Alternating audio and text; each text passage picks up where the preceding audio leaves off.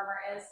Sure. So a heart murmur essentially is where you have a leaky vessel and the blood should flow in one direction throughout the heart. But a murmur is when the blood actually flows backwards a little bit. And so because you're putting more pressure on the part behind where it should be going, that heart starts to enlarge. So essentially that is a murmur in a nutshell.